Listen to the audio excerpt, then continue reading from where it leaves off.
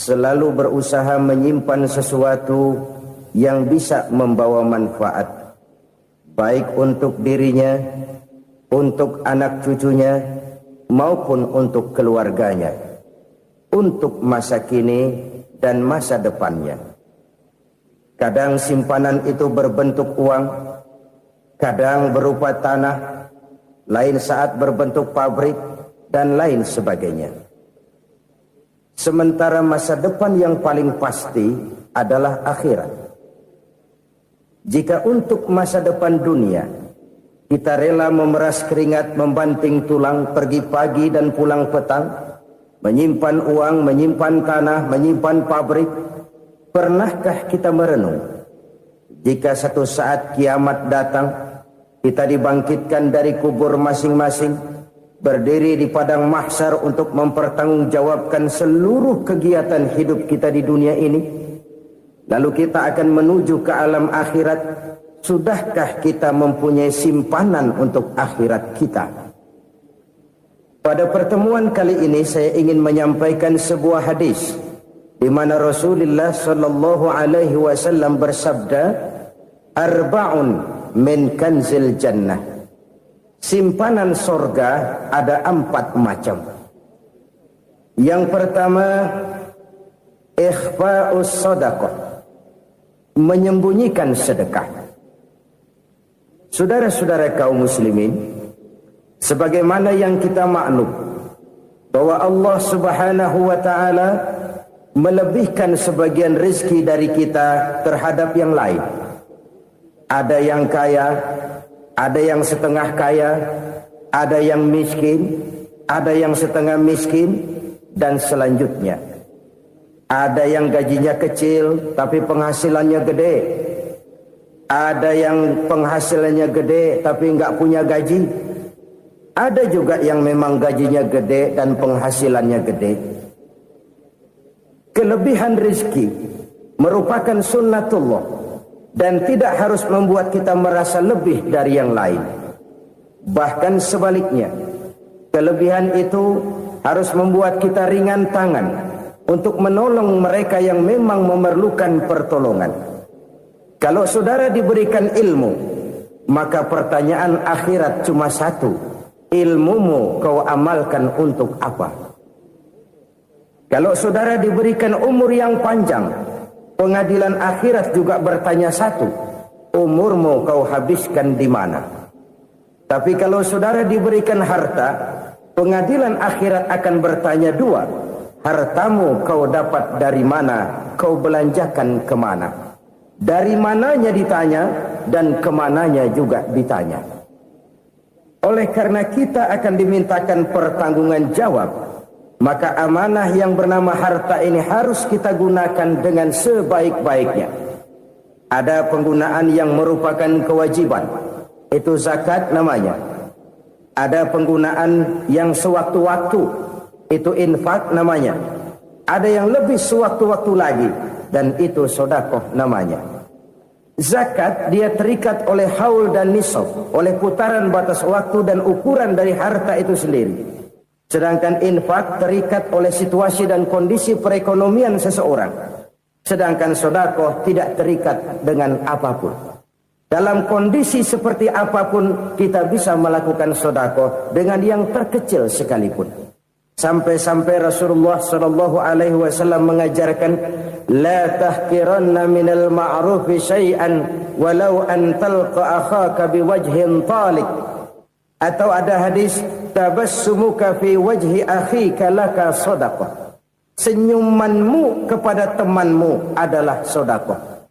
Jadi untuk melakukan sedekah tidak harus dalam berbentuk uang. Dengan ilmu kita bisa sedekah, dengan tenaga kita bisa bersedekah, dengan pikiran kita bisa bersedekah, bahkan senyum kepada teman itu pun sedekah. Jadi kalau sedekah dengan uang memang belum punya uang, nyengir aja banyakin. Itu asal pada tempatnya, jangan lalu ketemu tiang listrik cengengesan. Tentu tidak pada tempatnya dan tidak wajar. Nah, sedekah yang paling dicintai Allah adalah sedekah yang disembunyikan. Artinya, jauh dari sifat riya. Kan kadang-kadang ada orang sedekah itu disebutkan namanya, apa tidak bagus? Kalau memang niatnya ikhlas, ya bagus-bagus saja. Untuk memberikan sugesti kepada yang lain. Di Fulan bin Fulan nyumbang sekian, diumumkan. Boleh kalau niatnya untuk memberikan rangsangan kepada yang lain supaya dia menyumbang lebih besar dari orang tadi. Tapi kalau itu mendatangkan riya, maka sedekah yang paling dicintai Allah adalah sedekah yang disembunyikan. Tangan kiri saja tidak tahu apa yang diberikan oleh tangan kanan. Sedekah yang dilakukan dengan ikhlas akan merupakan perbendaharaan surga, tersembunyi dari pandangan orang lain, tidak seorang pun tahu. Karena memang sikap yang baik adalah melupakan kebaikan dan mengingat kesalahan. Itu salah satu ciri orang bahagia. Orang yang selalu mengingat kesalahannya dan berusaha melupakan segala kebaikannya. Kalau dia akan berada kebaikan, dia tidak bisa ikut, dia merasa rugi karena dia merasa belum pernah berbuat baik. Tapi kalau akan melakukan kesalahan baru, dia ingat kesalahan yang sudah-sudah, sehingga terhalang baginya untuk melakukan satu kesalahan baru. Demikianlah saudara-saudara, bahwa Allah melebihkan rizki sebagian kita dari yang lain, agar terjadi tolong-menolong dalam kehidupan ini. Jadi kesenjangan yang nature, kesenjangan yang alami, itu sunnatullah. Ada yang kaya, ada yang miskin, ada yang kelas menengah. Nah, kenapa lalu sekarang kita berusaha mengentaskan kemiskinan? Oleh karena adanya kesenjangan struktural. Kalau yang kaya bisa semakin kaya, kenapa yang miskin tidak bisa naik jadi ikut sedikit kaya? Sebab pada dasarnya Islam adalah agama yang sejak turunnya sudah berupaya memerangi kemiskinan. Bahkan dikatakan kemiskinan itu mendekatkan kepada kekufuran. Orang kalau miskin udah dekat banget sama kafir. Gampang menjadi kafir. Berapa banyak saudara-saudara kita yang oleh karena soal perut, oleh karena soal materi, terpaksa meninggalkan dan menanggalkan akidahnya. Menjual petunjuk yang diberikan Allah dengan kesenangan dunia yang cuma sebentar ini. Na'udzubillah, thumma na'udzubillah. Jadi makin kita sembunyikan satu sedekah, semakin banyak perbendaharaan kita di surga. Sedekah yang paling dicintai Allah adalah sedekah yang disembunyikan. Malahan ada seorang sufi, dia punya kebiasaan kalau pergi sholat Jumat dia bawa uang, itu uang dia taruh di bawah tikar masjid. Dia niat sedekah kepada siapa saja yang nemuin itu duit. Maksudnya apa? Supaya yang nemuin nggak tahu siapa yang punya duit. Demikian dia saking ingin menyembunyikan sedekahnya. Karena sifat riya itu bisa memakan amal kita sendiri. Riya itu termasuk menyebut-nyebut kebaikan kita. Orang yang suka nepuk dada, sedikit-sedikit ngitungnya kalau nggak gua. Tuh kalau nggak gua tuh. Tuh yang belas itu kalau nggak gua. Iya kalau nggak lu kenapa emang? Orang yang suka menepuk jasad. Tuh biasanya memang begitu saudara-saudara. Kalau perang lagi berkecamuk, orang nggak sempat ngaku jadi pahlawan. Tapi begitu perang selesai, yang kagak kenal bedil ngaku pahlawan, mas. Itu sesuatu yang biasa. Oleh karenanya, orang-orang yang ikhlas dalam bersedekah, disembunyikannya sedekah itu, Allah cinta betul. Malahan ada hadis memberikan jaminan, inna sadaqatal mar'il muslimi tazidu fil umri wa tadfa'u mitatas su'i. Sesungguhnya sedekahnya seorang mukmin tazidu fil umri, bisa menambah umur panjang. Wa tadfa'u mitatas su'i, dan menyelamatkan manusia dari mati secara su'ul khatimah. Jadi siapa yang kepengen panjang umur, banyaklah sedekah. Yang bosan hidup, pelit terus. Sedekah menambah panjang umur dan menyelamatkan manusia dari mati secara su'ul khatimah. Pak, katanya umur itu nggak bisa ditambah, nggak bisa dikurangin. Kapan? Kalau ajal sudah datang. Fa idza jaa ajaluhum la yastakhiruna sa'atan wa la yastaqdimun. Kalau ajal datang tidak bisa dimajukan, tidak bisa dimundurkan. Itu kalau ajal sudah datang. Tidak bisa lagi umur ditambah dikurangi, sudah datang. Tapi kalau belum datang, itu kan haknya Allah. Mau ditambah, mau dikurangi, hak prerogatif Allah. Sebagai pencipta manusia, Allah maha kuasa dan maha mampu.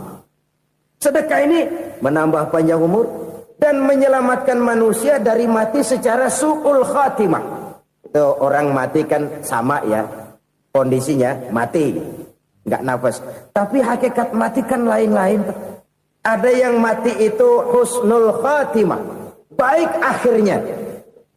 Misalnya lagi ngaji mati, lagi sholat mati, lagi sedekah mati. Ini yang dinamakan dengan husnul khatimah, baik di akhirnya.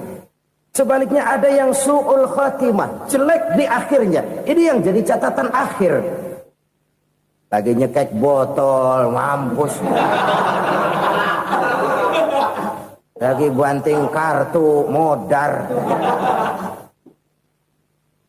Su'ul khatimah, jelek pada akhirnya. Sedekah menyelamatkan manusia dari mati secara su'ul khatimah. Dan kita semua kepengen mendapat husnul khatimah, jauh dari su'ul khatimah. Oleh sebab itu yang bisa menyelamatkan kita dari penyakit itu antara lain adalah sedekah yang disembunyikan, yang dikerjakan dengan ikhlas karena Allah. Tidak karena kepengen dipuji orang, tidak karena ingin dikatakan orang pemurah, sebab orang dermawan itu orang yang memberi tanpa harus diminta. Kalau masih harus diminta, ya belum dermawan namanya, masih harus diminta. Kalau nggak diminta ya tulus, lolos, polos. Saudara-saudara kaum muslimin rahimakumullah. Harta adalah amanat dan akan kita pertanggungjawabkan. Allah melebihkan rizki sebagian kita dari yang lain agar kita saling tolong menolong, bantu membantu. Nabi janjikan siapa yang meringankan beban saudaranya muslim di dunia, Allah akan meringankan bebannya di akhirat nanti. Sebuah jaminan dari baginda Nabi. Si orang yang kita bantu barangkali tidak bisa membalas, Allah yang akan membalas lewat jalan lain yang tidak pernah kita sangka-sangka. Ada orang tanya, Pak, ini ada orang nyumbang masjid sambil marah-marah, bagaimana? Saya bilang sumbangannya aja ambil, marahnya jangan. Marahnya jangan diambil, itu urusan dia. Saudara-saudara kaum muslimin rahimakumullah. Umat Islam ini kan umat yang punya potensi besar. Kadang kita merenung, kenapa kadang-kadang pembangunan masjid kok lambat sekali? Kalau hotel hari ini peletakan pertama, bulan depan peresmian. Supermarket hari ini peletakan batu pertama, minggu depan peresmian. Tapi kalau sudah yang namanya masjid, kadang-kadang peletakan batu pertama sekaligus jadi batu terakhir. 3 tahun, 4 tahun, campur nebar jalak di jalanan. Duit dijaring kayak ikan sepat. Apa tidak ada orang Islam yang kaya? Banyak. Apa tidak ada pengusaha muslim yang jadi konglomerat? Ada. Lalu yang belum banyak itu yang komit terhadap nilai-nilai agamanya. Akhirnya kita jatuh jadi umat yang lemah. Belum ada pengusaha konglomerat muslim buka pabrik supermi cap beduk misalnya umpamanya atau pabrik kecap cap sorban supaya identitas keislamannya sedikit kelihatan. Kita jatuh jadi umat yang lemah karena potensi tidak terinventarisir dengan baik. Kita ini ibarat kompor yang cuma matengin nasi orang lain. Potensi kita dimanfaatkan oleh orang lain. Ukhuwah Islamiyah kita baru terbatas kepada silaturahmi. Ukhuwah di bidang ekonomi kita lemah. Ukhuwah di bidang kebudayaan kita lemah. Apalagi ukhuwah di bidang politik kita lebih rapuh lagi. Padahal ukhuwah itu adalah totalitas kehidupan manusia. Menyangkut ipolek sosbud. Memerlukan nilai-nilai ukhuwah. Jadi oleh karena itu mari kita menyadari. Di dalam harta kita, walaupun kita yang cari, pergi pagi, pulang sore, peras keringat, banting tulang, di sana ada harta anak yatim. Di sana ada hak masjid. di sana ada hak pesantren, di sana ada hak jihad. Berbahagialah seseorang apabila dia oleh Allah dijadikan keran. Keran itu menyimpan air, tapi tidak untuk dirinya, tapi disalurkannya kepada mereka yang memang memerlukannya. Saudara-saudara kaum muslimin rahimakumullah, ini yang pertama. Jadi perbendaharaan surga adalah menyembunyikan sedekah. Orang lain nggak tahu, kita pun nggak pernah ngitung-ngitung. Kita anggap lewat begitu saja, padahal itu deposit akhirat. Satu. Yang kedua, perbendaharaan surga itu apa? Wa kitmanul musibah, menyembunyikan kesulitan. Kadang orang takut menghadapi kesulitan, tapi makin kita merenung, hidup ini kan sebenarnya urusan. Takut sama urusan, ya jangan hidup. Tandanya orang hidup itu kalau punya urusan. Urusan melupakan problem. Problem sering menimbulkan kesulitan. Kesulitan bukan untuk ditakuti, tapi untuk diatasi dan dicarikan jalan keluarnya. Siapa sih orangnya yang gak pernah sulit-sulit? Makin tinggi status sosialnya, makin gede urusannya. Makin tinggi kualitas imannya, makin berat tingkat kesulitannya. Cuma memang yang namanya enak itu seperti pelangi. Biang lala itu nggak pernah di atas kepala kita, di atas kepala orang melulu. Lu sih enak lu, kata kita. Dia juga bilang yang enak kan lu. Pelangi itu nggak pernah di atas kepala kita. Kata tukang beca, aduh enak ya naik Mercy.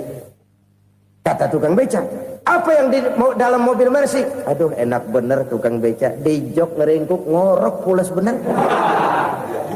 Saya kamar pakai AC, sejuk, tempat tidur sutra, empuk, alga, spring bed, gula kulik, nggak bisa pulas kalau belum minum Valium, belum tidur. Enak bener tukang beca, di jok ngorok nggak tahu wetan kulon. Si tukang beca bilang yang di Mercy enak, yang di Mercy bilang tukang beca enak. Inilah enak, nggak pernah di atas kepala kita, di atas kepala orang lain melulu enak itu. Nah, saudara-saudara,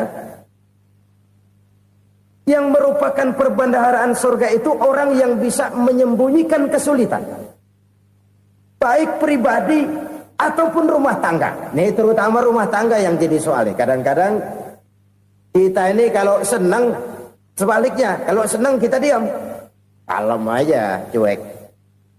Banyak banget duit kita bawaan, diam aja udah. Malah ketemu orang takut. Tapi begitu susah, sekampung tahu. Padahal Nabi mengajarkan perbendaharaan surga itu menyembunyikan musibah, menyembunyikan kesulitan. Kalau enak, cerita sama orang-orang. Kalau nggak enak, rasain sendiri, tekan sendiri, atasin sendiri. Kita kan sebaliknya, senang kita diam, asal lagi susah, paling tidak kita nyari teman buat cerita kesusahan. Siapa orangnya yang nggak pernah susah? Cuma soalnya bagaimana kita mengatasi kesusahan itu sendiri. Begitu juga misalnya kalau orang sudah berumah tangga, itu orang tuanya harus menjadi tempat dia cerita yang enak-enak saja. Yang nggak enak rasain berdua, selesaikan berdua, atasin berdua. Jangan dibalik. Asal senang diam, giliran susah saja. Maknya laporan. Terbalik. Bisa menjaga security informasi. Maka nama bayam keluar diam, malah seluitan. Enak amat lo makan daging ayam. Security informasi. Saudara-saudara kaum muslimin rahimakumullah.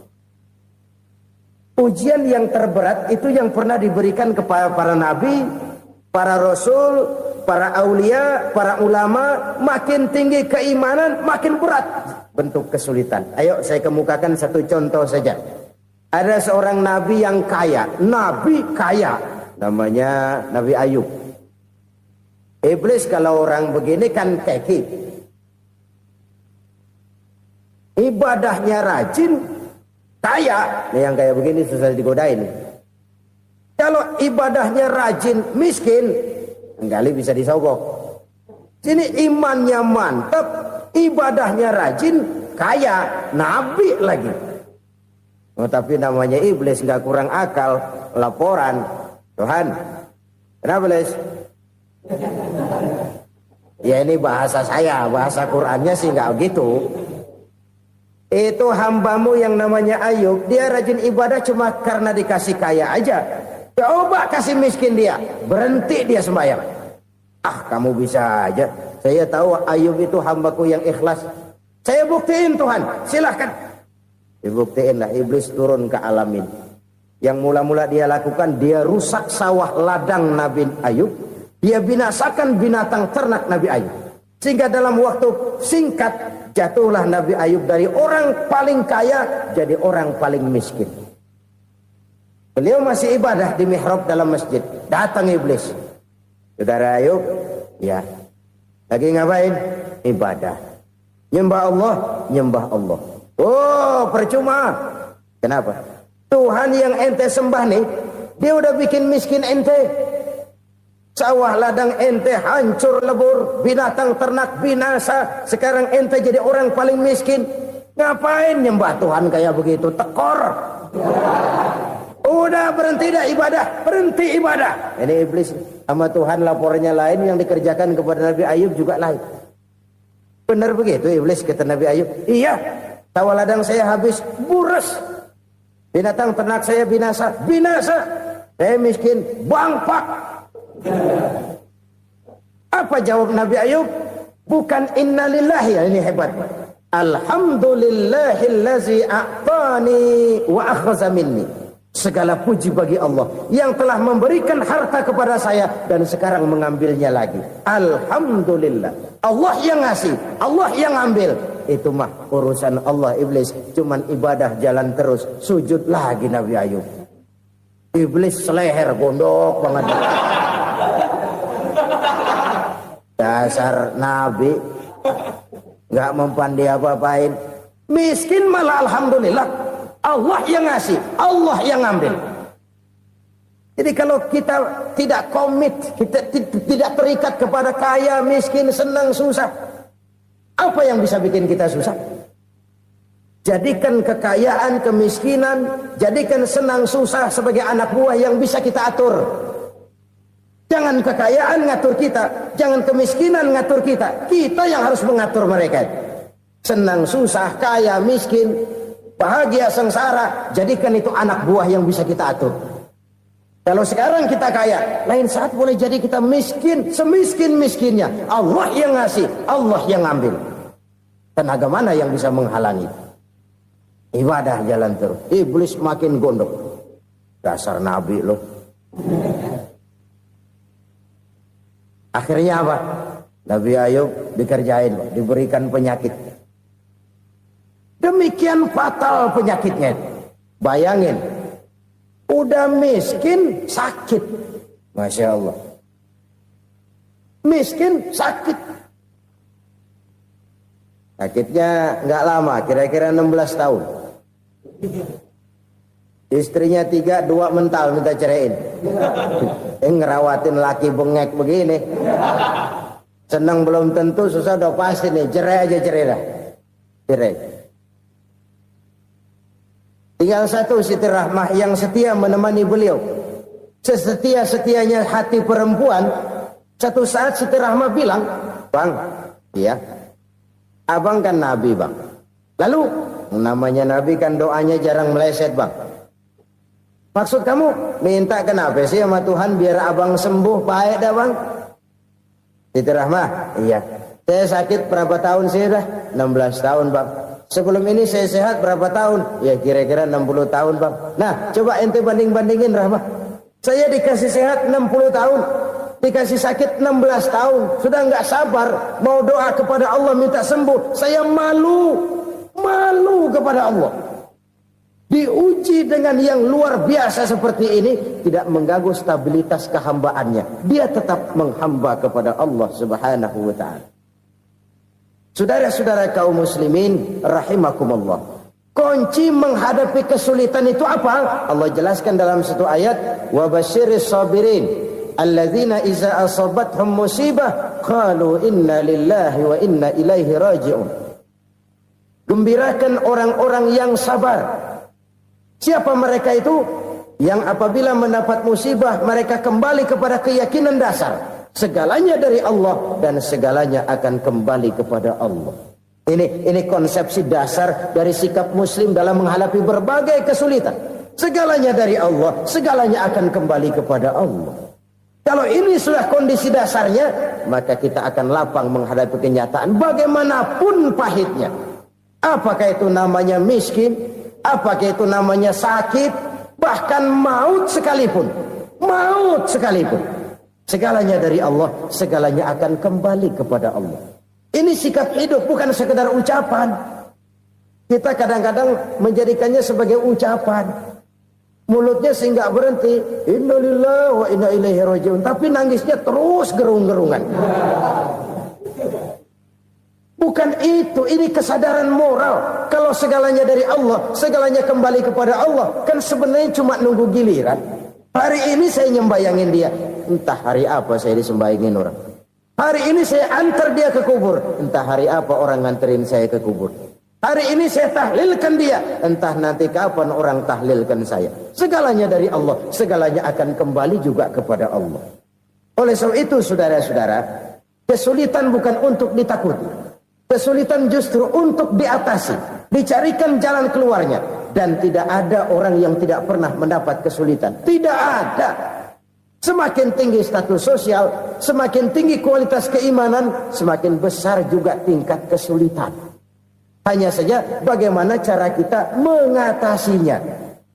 Dan Al-Quran menyatakan, inna ma'al usri yusra. Di balik kesulitan itu pasti ada kemudahan. Roda itu berputar. Karena itu Rasulullah sallallahu alaihi wasallam mengingatkan kepada kita, ta'arraf ila Allah fir raha ya'rifka fis syiddah. Ingatlah kepada Allah di waktu kamu senang, supaya Allah ingat kepada kamu di waktu kamu susah. Kalau waktu senang kita ingat kepada Allah, kita susah, Allah tidak akan meninggalkan kita. Tapi kalau waktu senang kita jauh dari Allah, sujud tidak sempat, dengan masjid jauh, ketika senang kita lupakan Allah. Nanti begitu kita susah, Allah lupakan kita. Dan itu menyakitkan. Oleh karena itu orang-orang tua kita dulu bilang, kalau lagi sehat ingat-ingat lu bakal sakit nanti. Kalau lagi kaya ingat-ingat satu saat kita bakal jatuh miskin. Bahkan kalau lagi muda ingat-ingat kita bakal tua. Dan yang terpenting, kalau lagi hidup ingat-ingat kita bakal mati. Saudara-saudara kaum muslimin rahimakumullah. Jadi yang kedua yang merupakan perbendaharaan surga, menyembunyikan musibah. Saudara-saudara kaum muslimin rahimakumullah. Hal ketiga yang merupakan perbendaharaan surga adalah wasilatur rahmi. Orang yang suka bersilaturahmi. Sebagaimana yang kita maklum bahwa manusia adalah makhluk yang disebut zon politika. Makhluk sosial yang tidak mungkin hidup sendiri-sendiri. Betapa dan siapapun kita memerlukan orang lain. Bodoh betul manusia kalau tinggal di tengah masyarakat tapi tidak mau bermasyarakat. Merasa hebat sendiri, pinter sendiri, gagah sendiri, kaya sendiri. Mungkin kalau mati juga ngubur sendiri. Jangankan kita di sini. Di sorga saja Nabi Adam waktu sendirian bengong melulu, ngondar mandir. Allah tegur dam sepi dam. Jadi ini kalau bahasa saya, iya Tuhan sepi ini nggak ada coret-corekan pisan ini. Diciptakan Siti Hawa baru anteng Nabi Adam. Itu di sorga. Cobalah. Umpamanya saudara tinggal di Jakarta nih. Kayak bener. Apaan aja di Jakarta punya saudara dah. Jembatan Semanggi ambil. Monas, Buntel bawa pulang. Hotel-hotel ambil semua. Cuman tinggal di Jakarta sendirian. Apa enaknya? Betapa dan siapapun kita perlu orang lain. Tidak ada seorang pun yang bisa memenuhi kebutuhan hidupnya secara sendiri-sendiri. Nah, Islam telah menyelamatkan manusia dari ras diskriminasi. Mengikat manusia dengan persaudaraan yang berlandaskan kepada akidah. Karena itu dianjurkan bersilaturahmi. Bahkan Nabi menyatakan, man arada ayyubsata lahu fi rizqihi wa yunsa'a fi atharihi falyasil rahimah. Siapa yang kepengen diluaskan rezekinya dan dipanjangkan usianya, banyaklah ia bersilaturahmi. Siapa yang kepengen dimudahkan rezekinya, hendaknya ia banyak bersilaturahmi. Kalau banyak teman, kesulitan kan paling tidak ada tempat cerita. Udah susah, sendirian kita pikirin diri, nggak ada tempat tukar pikiran. Cepet banget sama bengek. Dilawan sendiri. Nah, secara makro kita bisa berkata, tidak mungkin ada kemenangan kalau tidak ada kekuatan. Tidak ada kekuatan kalau tidak ada kesatuan dan persatuan. Tidak mungkin ada kesatuan dan persatuan tanpa semangat silaturahmi. Kalau umat Islam mau menang, dia harus kuat. Kalau umat Islam mau kuat, dia harus bersatu. Kalau umat Islam mau bersatu, dia harus membudayakan silaturahmi ini. Bahkan sampai-sampai kata Nabi, kalau bisa cari nilai tambah. Apa? Silman qata'ak. Bersilaturahmilah kau kepada orang yang marah denganmu. Masya Allah, indahnya ajaran agama kita. Orang yang marah pun kepada kita, kata Nabi, kalau bisa bersilaturahmilah kepadanya, kepada orang yang marah itu. Di situ nilai tambah. Cuman jujur nih hadis, ngucapinnya gampang, ngamalinnya yang berat banget. Orang marah sama kita, kita disuruh silaturahmi, ada apa malu? Lu marah, ada gue marahan lagi. Tunggu pikirin. Saudara-saudara kaum muslimin rahimakumullah. Tapi ini yang diajarkan, bahkan ini yang dicontohkan oleh baginda Rasul. Bagaimana begitu mudah? Misalnya satu saat Abu Jahal ini ngatur strategi bagaimana bikin Muhammad celaka. Dia gali lubang di depan tempat tidurnya. Dia tutupin daun korma. Terus dia panggil seseorang, ke sini. Kasih tahu Muhammad, pamannya sakit keras, minta ditengokin. Berangkat orang ini ke sana. Muhammad, labbaik. Pamanmu sakit keras, dia minta ditengokin. Baik, saya akan datang menjenguk beliau. Berangkatlah Nabi ke rumah Abu Jahal tanpa prasangka apapun. Abu Jahal udah pasang setil, selimut 3 rangkap setengah dipakai. Persis kayak orang meriang. Tapi sembari ngintip dari balik selimut. Begitu Muhammad buka pintu, nah, masuk perangkap nih. Muhammad jalan menuju tempat pembaringan. Makin lama makin dekat, makin lama makin dekat. Makin dekat ke lubang yang dipasang oleh Abu Jahal itu. Dalam hati Abu Jahal, terus dah jatuh, mampus dah lo ini. Mampus lo hari ini nih. Apa yang terjadi? Malaikat Jibril datang. Muhammad, pamanmu cuma pura-pura sakit. Di depan tempat tidurnya ada lubang perangkap supaya kamu jatuh ke situ. Sudah, kamu pulang. Balik kanan Nabi. Sudah hampir jatuh ke lubang, balik kanan, pulang. Bayangin kecewanya Abu Jahal. Muhammad dikit lagi, Muhammad dikit lagi. Enggak, paman, saya pulang aja. Emosi bangun dari tempat tidur, enggak sadar kalau lagi pura-pura sakit. Lompat ngejar Nabi, dia lupa dengan lubang yang dia gali. Serak, nyemplung sendiri ke dalam lubang.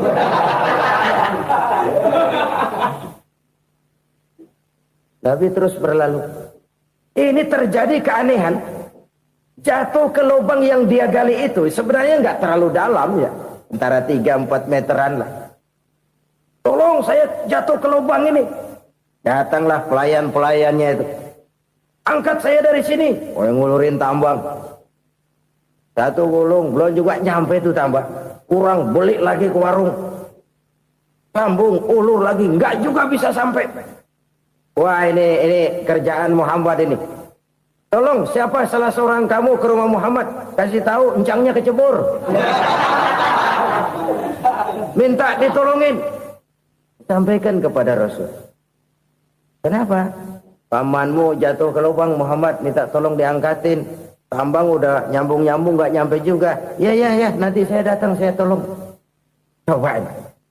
Nyata-nyata orang berniat jahat mau mencelakakan dia. Datang dia menolong. Ini yang disebut air tuba dibalas air susu ya ini. Bukan sebaliknya. Air tuba dibalas air susu. Paman, kecebur ya? Iya Muhammad, tolong ini. Pegang tangan saya. Nabi ulurkan tangannya. Nyampe. Dipegang oleh Abu Jahal. Diangkat ke atas. Sampai atas. Apa kata Abu Jahal? Sihirmu memang hebat Muhammad. Udah ditolongin dikata sihir. Yang enak kita kemplang kan itu orang begitu. Urusan apa? Tapi inilah akhlak. Kalau bisa kamu bersilaturahmilah dengan orang yang marah kepadamu sekalipun. Orang marah kita tetap baik. So, kalau kita berbuat baik sama orang yang memang baik, rasanya sih biasa-biasa aja. Orang baik kita baik lagi, ya draw aja, belum ada nilai tambah di situ. Baru ada nilai tambah kalau kita bisa berbuat baik kepada orang yang nyakitin kita. Itu namanya kita setingkat di atas dia. Dia sakitin kita, kita berbuat baik sama dia. Dia pelit sama kita, kita baik sama dia. Dia marahin kita, kita deketin dia. Di situ kita punya nilai tambah. Jadi siapa yang ingin diluaskan rezekinya kata Nabi dan dipanjangkan umurnya, hendaklah ia banyak-banyak bersilaturahmi.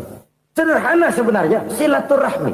Tapi silaturahmi membangkitkan semangat kesatuan dan persatuan. Kesatuan dan persatuan melahirkan kekuatan.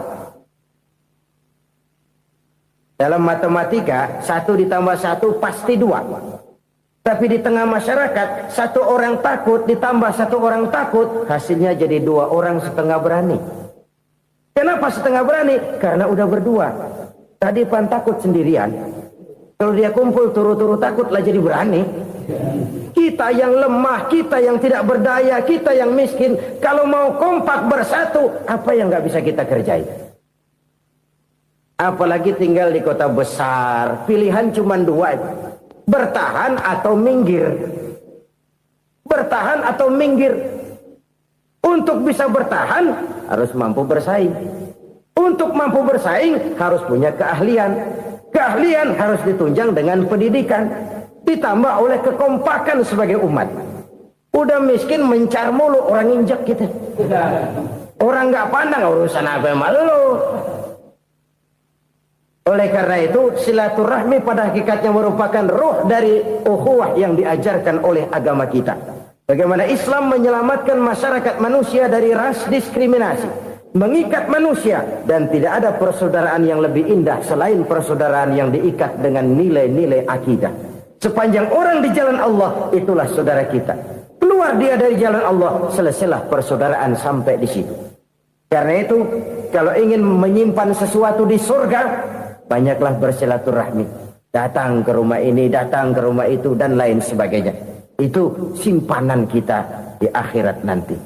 Ini yang ketiga. Saudara-saudara, yang keempat, perbendaharaan surga itu apa? Wa qawlu la hawla wa la quwwata illa billah. Ucapan la haula wa la quwwata illa billah. Ibadah kan ada yang berat, modalnya besar. Bangun masjid berat, modalnya besar. Bangun rumah sakit berat, modalnya besar. Ada ibadah yang berat, tapi modalnya ringan. Misalnya puasa. Puasa itu berat, mengendalikan nafsu. Kalau sekedar nggak makan nggak minum sih enteng, mengendalikan nafsu itu jihad terbesar. Tapi kan modalnya ringan, cuma niat saja. Ini ibadah berat, modalnya ringan. Ada ibadah yang ringan, modalnya juga enteng. Seperti termasuk ucapan la haula wa la quwwata illa billah. Tanpa sadar, la haula wa la quwwata illa billah, nyelengin tuh di surga. Nyelengin, kita nggak terasa, nyelengin simpenan akhirat. La haula wa la quwwata illa billah, nyimpan lagi. Kaget, la haula wa la quwwata illa billah, nyimpan lagi. Banyak simpenan. Walaupun sebenarnya yang dimaksud di sini adalah kesadaran batin bahwa tidak ada daya dan kekuatan kecuali Allah. Itu intinya. Kita memulai pekerjaan disunahkan baca bismillah, kan begitu. Apa itu? Kesadaran moral. Bahwa ini saya bisa kerjakan. Saya kerjakan ini dengan menyebut nama Allah. Kenapa? Kalau Allah tidak memberikan daya dan kekuatan, mana mampu saya kerjakan ini.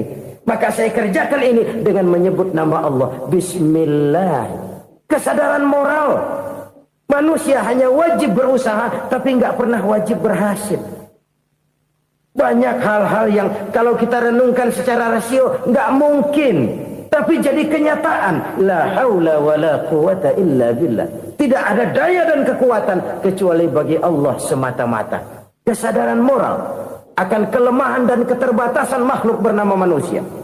Kadang kita kagum dengan otak, tapi kita sering lupa sama yang bikin otak. Padahal bagaimanapun hebatnya otak, yang bikin otak pasti lebih hebat dari otak. Nggak percaya, silahkan otak-otakan.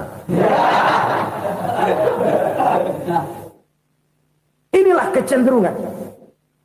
Kita kagum dengan pesawat-pesawat mutakhir, bukan main, besi gede banget terbang itu. Alangkah hebatnya. Lalu apa yang bikin otak tidak lebih hebat dari itu semua? Kita puji laut, apa yang bikin laut tidak lebih hebat dari laut itu? La haula wa la quwata illa billah. Tidak ada daya dan kekuatan kecuali Allah. Apa yang bisa kita lakukan? Kalau tidak karena daya dan kemampuan yang diberikan oleh Allah kepada kita. Lahirlah sikap tawadu, rendah hati. Tidak melonjak menjadi angkuh dan sombong. Sadar akan kelemahan dan keterbatasan diri. Sebagai makhluk yang diciptakan oleh Allah subhanahu wa ta'ala. Jadi satu sisi ini ucapan yang berpahala. La haula. Jadi wiridan. Pada sisi lain ini kesadaran moral. Sikap mental, kesadaran batin bahwa yang punya daya dan kekuatan itu cuma Allah. Kita nggak pantas untuk sombong, sebab sombong itu pakaiannya Allah. Kita nggak sedang pakai pakaian Allah, kegedean. Dan makin kita renungi, makin terbentur. Apa sih yang bisa kita sombongin? Kita mau sombong apa? Kaya, pintar, itu kan semua relatif. Di atas langit masih ada langit lagi. Jadi oleh karenanya, marilah kita menyadari. Manusia hanya wajib berusaha, tapi tidak pernah wajib berhasil. Yang berusaha saja tidak wajib berhasil, apalagi yang tidak berusaha. Islam bukan agama orang pemalas yang selesai sholat lalu endelohom, nggelenggem ayem-ayem. Tapi Islam bukan agama orang sombong yang setelah berusaha lalu tidak memerlukan Allah. Kita bisa saja bikin proyeksi tahun sekian kita bakal panen besar menurut perhitungan otak.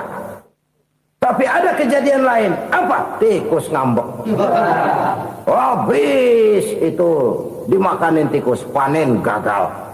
Proyeksi rasional gagal oleh tikus-tikus yang ngambek itu. Bisa saja terjadi. Tahun depan kita panen besar. Urung. Kenapa? Musim panas panjang. Dan sekarang ini koran-koran bikin berita musim mengalami penyelewengan. Bukan cuma manusia yang nyeleweng sekarang. Musim pakai nyeleweng. Mestinya kan musim hujan udah selesai. Masih hujan-hujan juga. Musim. Nah sekarang kita boleh bikin proyeksi. Kita bakal panen besar. Tahu-tahu musim panas panjang. Sawah retak, air kering. Cari teknokrat yang paling botak. Suruh pendekin tuh musim panas. La haula wa la quwata illa billah. Inilah kesadaran moral. Saudara, saya teringat satu saat ada seorang konglomerat. Umurnya ya kira-kira 70-an. Satu saat dia ditanya oleh wartawan, "Pak, umur Bapak berapa sih?" "Ya paling 10 tahun." 10 tahun? 10 tahun? Anak Bapak berapa orang? Satu saja? Satu. Harta Bapak berapa? Ya paling-paling bangsa 7 juta kali. 7 juta? Iya. Pak, kenapa Bapak bohongi saya? Bapak punya buku biografi. Koran-koran, majalah-majalah banyak memuat cerita riwayat hidup Bapak. Saya tahu umur Bapak 70. Kenapa bilang cuma 7 tahun?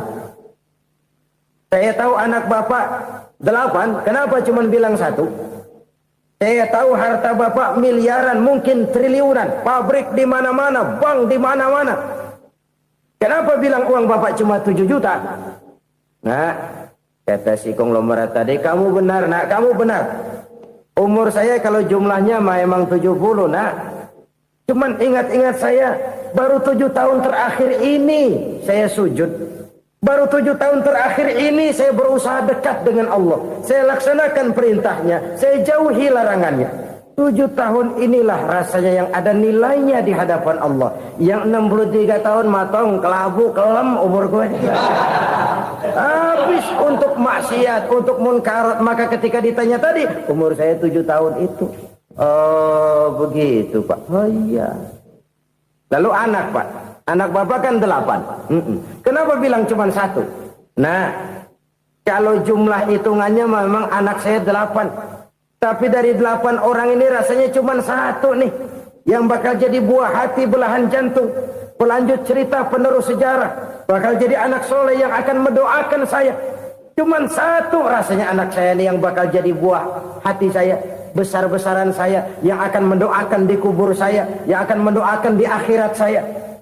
Yang 7 orang mana? Masya Allah, yang atu tenggeng, yang atu nyekek botol mulu, yang atu nggak karu-karuan. Makanya saya bilang 1 anak saya yang akan bisa mendoakan saya.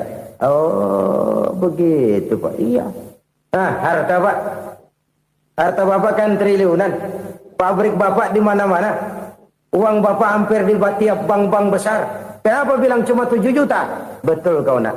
Harta saya kalau jumlahnya memang miliaran, triliunan mungkin.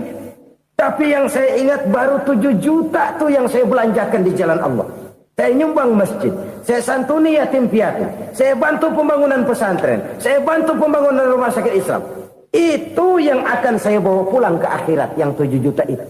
Yang triliunan itu nanti akan diperebutkan oleh anak-anak saya sebagai waris saya. Jadi harta saya 7 juta itu yang bakal nemenin saya di akhirat. Yang akan saya bawa pulang jadi teman saya. Saudara-saudara kaum muslimin, jangan-jangan orang tua itu adalah kita-kita ini. Jangan-jangan kita-kita ini adalah orang tua itu. Jangan-jangan itu potret dari diri kita masing-masing. Dari sekian umur yang diberikan Allah, berapa tahun yang ada nilainya di hadapan Allah? Dari sekian anak-anak yang merupakan amanah, berapa yang akan mendoakan kita sebagai orang tuanya menjadi anak soleh? Dari sekian banyak harta yang diberikan Allah, berapa yang akan kita bawa pulang menghadapnya nanti, yang kita belanjakan di jalan Allah? Ini sebuah potret kehidupan. Karena itu kita kembali kepada la haula wa la quwwata illa billah. Kita wajib berusaha, kita wajib berikhtiar. Selebihnya, segala daya dan kekuatan hanya milik Allah saja semata-mata. Satu kesadaran batin dari setiap pribadi muslim. Setelah ia berusaha dan berikhtiar, ia menyerahkannya kepada Allah Subhanahu wa ta'ala. Jadi, satu sisi ini merupakan wiridan ucapan yang mengandung pahala. Pada sisi lain, ini merupakan sikap batin dari seorang muslim di dalam ia menghadapi realitas kehidupan ini. Saudara-saudara kaum muslimin, rahimakumullah. Kalau ini kita jadikan satu basis kehidupan, maka ini akan menyelamatkan manusia dari kemungkinan tergelincir menjadi orang yang lupa diri dan lupa darat. Sebab itu Imamul Ghazali berpesan, jadidis safinah fa innal bahra amiq wa khuziz zad fa inna safara ba'id wa khaffifil hamla fa innal hamla sadid. Perbarui selalu kapalmu karena lautan sangat dalam. Bawa bekal yang banyak karena perjalanan ini sangat jauh. Ringankan beban karena kebanyakan beban akan menyakitkan. Alangkah indah kalimat ini, alangkah dalam makna yang terkandung di sana. Perbarui selalu kapalmu karena lautan sangat dalam. Apa artinya ini? Jaga mentalmu baik-baik. Pelihara imanmu baik-baik karena hidup penuh cobaan seperti lautan. Kita kalau berlayar di lautan kan kadang-kadang tenang, angin bertiup sepoi-sepoi basah. Jika malam datang bintang gemintang bertabur menghias cakrawala. Rembulan memantulkan sinarnya dengan indah. Dalam keadaan begitu berlayar enak. Tapi lain saat ombak menggunung, halilintar menyambar, angin topan bertiup. Berapa banyak sudah saudara-saudara kita yang tenggelam di lautan dunia tanpa sadar bahwa dia belum sampai kepada pantai yang akan dituju. Berapa banyak sudah saudara-saudara kita yang tenggelam di lautan dunia ini tanpa sempat bangkit lagi. Dia menyangka sudah sampai kepada tujuannya. Hati-hati kapal jangan sampai bocor karena lautan sangat dalam. Iman ini jaga baik-baik karena hidup penuh dengan ujian. Wa khuzizat fa inna safara ba'id. Bawa bekal yang banyak karena perjalanan sangat jauh. Saudara mau ke Bandung, bawa duit.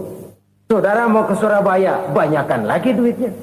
Saudara mau ke Mekah, gepokan, iketan tuh duit nggak lembaran lagi. Makin jauh perjalanan, makin banyak bekal yang harus kita bawa. Kalau saudara dari Jakarta mau ke Surabaya, kagak bawa duit berangkat juga, itu sih bukan berani namanya, nekat. Sampai Surabaya belum tentu, sengsara di jalan udah pasti. Kenapa? Nggak bawa bekal berangkat. Sama juga kita nih, misalnya belum sempat sembahyang, mati. Waduh, berani banget orang. Belum punya bekal, mati. Sengsara di jalan. Atau bekal tidak cukup. Dari Jakarta saudara mau ke Surabaya, bawa duit 500 perak. Paling jauh Cikampek nyampenya itu. Paling jauh itu. Antara jauhnya perjalanan dengan bekal yang saudara bawa tidak seimbang. Hidup ini perjalanan panjang. A walking tour. Dimulai dari alam arwah. Sebelum jasad diciptakan, roh diciptakan lebih dulu. Dari situ pindah ke alam rahim. Dari alam rahim pindah ke alam dunia. Dari alam dunia pindah ke alam barzah. Baru menuju akhirat. Satu perjalanan panjang. Kalau bekal tidak bawa, sengsara di jalan. Bawa bekal yang banyak karena perjalanan ini sangat jauh. Wa khaffifil hamla, ringankan beban karena beban itu cuma akan menyulitkan. Kalau bekal itu sih keperluan, tapi beban nggak kita perluin, cuma ngeberat-beratin. Apa ini beban? Dosa. Kecurangan, kebatilan, kezoliman, ketidakadilan, kesewenang-wenangan. Itu akan jadi beban kita di akhirat. Alangkah celakanya, perjalanan panjang, bekal tidak bawa, beban kelewat banyak. Alamat sengsara di jalan. Pahala tidak ada, dosa berlipat ganda. Na'udzubillah, summa na'udzubillah.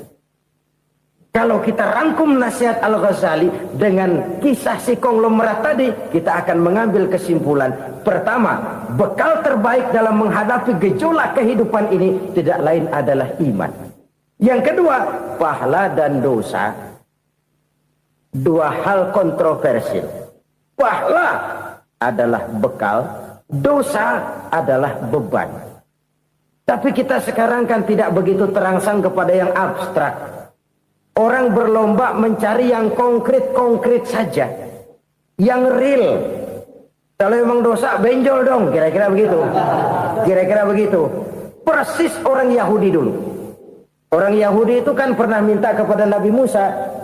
Ya Musa lan nu'mina laka hatta narallaha jahrah. Musa, kami nggak bakal mau beriman kepada Allah kalau belum kami lihat Allah ada nongkrong di depan kami. Kalau memang Tuhan ada, taruh dong di depan kami.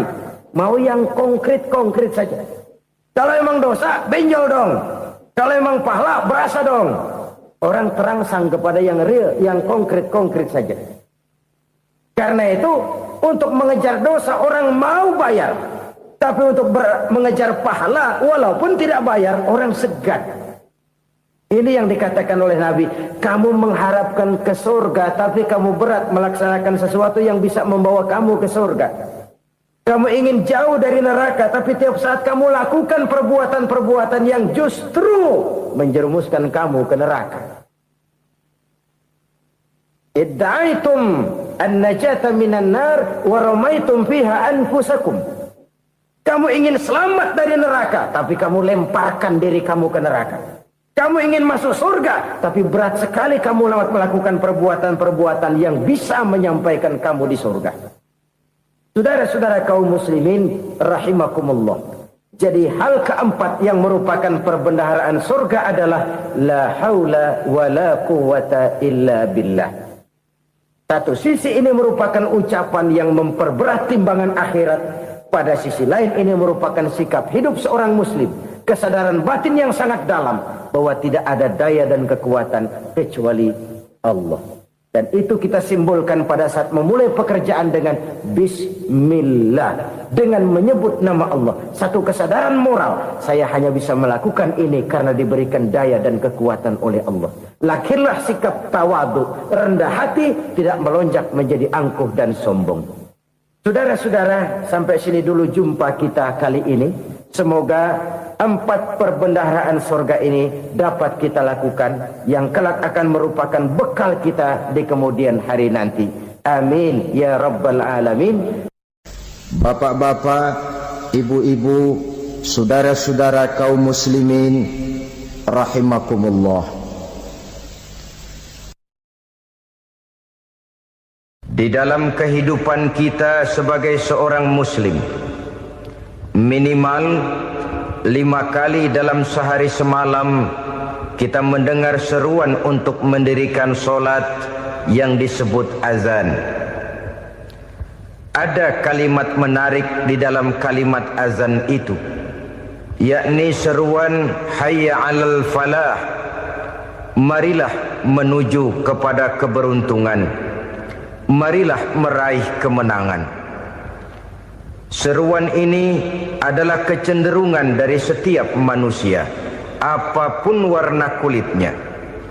Artinya, setiap orang dalam hidup selalu ingin meraih dan mencari kemenangan. Kemenangan akan melahirkan kepuasan batin, dan kepuasan batin memberikan kebahagiaan. Sedangkan kekalahan melahirkan penderitaan batin, dan penderitaan batin menjerumuskan seseorang di dalam berbagai bentuk kerugian. Jikalau inilah seruan azan, maka masalahnya ialah apa yang menyebabkan kita meraih kemenangan. Al-Quranul Karim memberikan tuntunan dan ajaran kepada kita bahwa orang-orang yang memperoleh kemenangan itu tidak lain adalah orang-orang yang bertakwa. Hanyalah mereka yang bertakwa kepada Allah Subhanahu wa ta'ala pada akhirnya akan tampil sebagai pemenang. Lalu siapa orang yang bertakwa itu? Dijelaskan dalam awal-awal Al-Baqarah, orang yang bertakwa yang akan meraih kemenangan. Pertama, alladzina yu'minuna bil ghaib, yaitu orang-orang yang beriman kepada yang gaib. Percaya bahwa ada alam yang gaib, alam yang abstrak, alam yang tidak bisa dijangkau oleh salah satu daripada panca indera kita. Mereka percaya dan beriman kepada adanya malaikat, beriman kepada adanya iblis dan jin, beriman kepada adanya alam kubur, beriman kepada adanya alam mahsyar, beriman kepada adanya alam akhirat, beriman kepada adanya surga dan neraka. Beriman bukan cuma sekedar beriman dalam ucapan bibir saja, tetapi beriman yang nilai iman itu mampu mewarnai gerak dan gaya hidupnya. Iman yang meresap sampai ke tulang sumsum, kemudian memberikan dampak positif di dalam kehidupan manusia. Alam, kita tahu, adalah sesuatu yang selain Allah, dan Allah bukanlah alam. Apapun namanya selain daripada Allah, itu adalah alam. Alam pada hakikatnya terbagi menjadi 2. Ada alam syahadah, alam nyata, alam konkret, alam yang bisa dijangkau oleh salah satu indera kita. Kemudian ada alam ghaib, alam yang tidak bisa dijangkau oleh panca indera kita, alam metafisika, alam abstrak, alam yang wajib kita imani keberadaannya. Kita percaya bahwa malaikat itu ada, Kita percaya kepada jin, bahwa jin itu ada. Kita percaya kepada adanya iblis dan setan. Bukan percaya kepada iblis dan setannya, percaya bahwa iblis dan setan itu ada. Itu termasuk salah satu daripada sifat orang yang bertakwa kepada Allah. Saudara-saudara kaum muslimin rahimakumullah, kecenderungan pembangunan yang lebih bersifat materialistis biasanya menggeser aspek kehidupan rohani. Orang berpikir empiri, dan dalam pola pikir yang demikian maka alam gaib tidak lagi mendapat perhatian.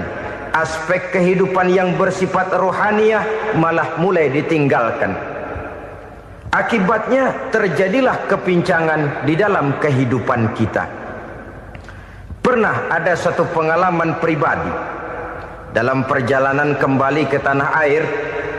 Dalam pesawat di sebelah kanan saya duduklah seorang Jerman namanya Heiner Simonsen.